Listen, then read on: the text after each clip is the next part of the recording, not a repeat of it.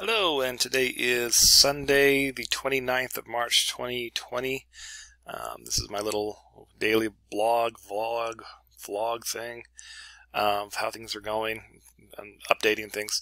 So, we are still on the ramp up as far as number of cases in America. I'm just looking at the data right here. We're now at 139,000 cases of people who've been affected. They said that was an increase of 18,000 people as of today. The deaths are now up to 2,400, and they said that that's up about 400. I mean, so this is constantly changing. I think yesterday I said it was like at 1,800, and so there's probably like 200 more that passed away yesterday. That we now have 400 more. New York continues to lead the way with almost 60,000 cases. North Carolina, where I live, we're at just over 1,000 cases. Actually, we're now almost to 1,200 cases. I did find out today that where I work full time, one of the employees has tested positive. But the last time we had, I don't know who it is, but the last time they were on campus is back before we shut it down, which was on the 13th of March. So, so chances are, if I had interacted with this person, here it is the 29th, more than likely I would have already been, gotten infected, but I'm not. Me or no one in my family has shown any symptoms whatsoever. So that's a good sign as of right now. No one that I'm aware of, my immediate family, has been infected. We're all kind of quarantined. I did talk to my mom. Again, she can't leave her room, and she's in an assisted living house.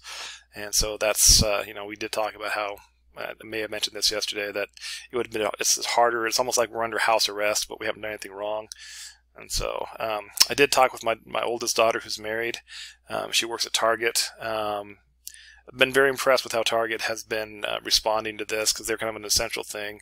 They've been really going above and beyond to make sure they're doing all they can to help people, but also minimize the risk. And my daughter was telling me about how, like, even at the checkout lanes, they have like little blocks not blocks, but like little indicators on the floor now that shows, hey, look, you're 6 feet away from the person in front of you. Little things like that that can really help overall, because we still need to get food and still need to get the basics. So how do we do that? And so they're trying some different things, and they're making announcements and stuff. My daughter did mention that there are some people who are still completely oblivious and just are not showing any kind of self-awareness or any kind of caution as far as when they come in and shop. They're just acting like things are normal.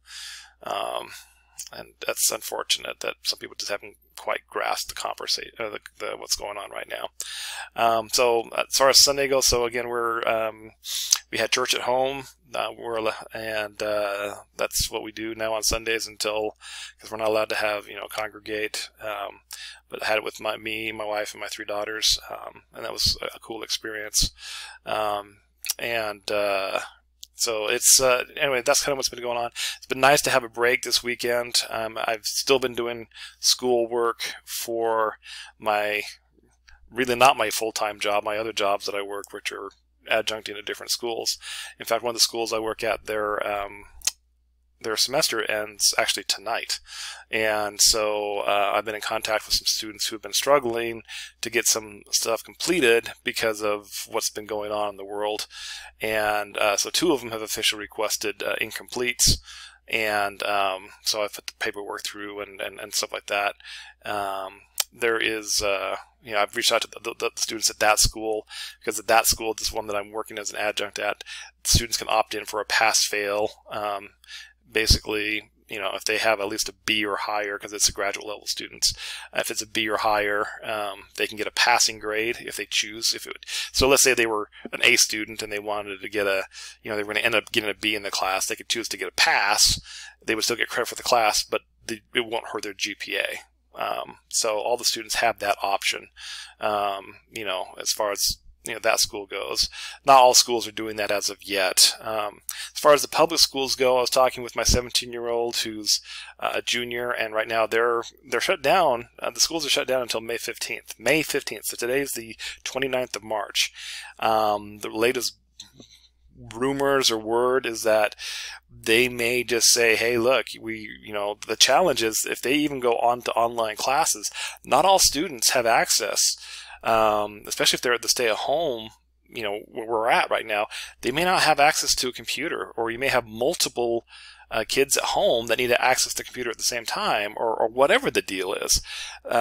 So the State Board of Education, I think what they're proposing is saying, hey, whatever your grade was on March 13th when we shut this stuff down will be your grade for this semester, for the rest of the year, and we're going to just call it that way. That's on the table. I don't know if it's official yet or not. They're still talking about doing some instruction where students can log in and do work and still continue to learn, but it won't be necessarily held against them as far as their grade goes. So that's what I'm hearing. Anyway, that's kind of the latest of some of the updates that's going on right now. So tomorrow's Monday. It's going to be a busy day. Again, as we start a new week. Hopefully it won't be as crazy this next week as it was last week, because we've kind of worked out some of the bugs. We'll see what kind of procedures and changes and stuff happen this next week. The big thing for me is that because my long distance online class that I'm teaching ends tonight, I got to get all that grading done and into the system and get their official grades done pretty quickly. But I've got a plan and I've got time. It's going to be a long day because I'm going to be doing a lot as far as that goes. Yeah. Anyway, that's it. So that's the little recording for today.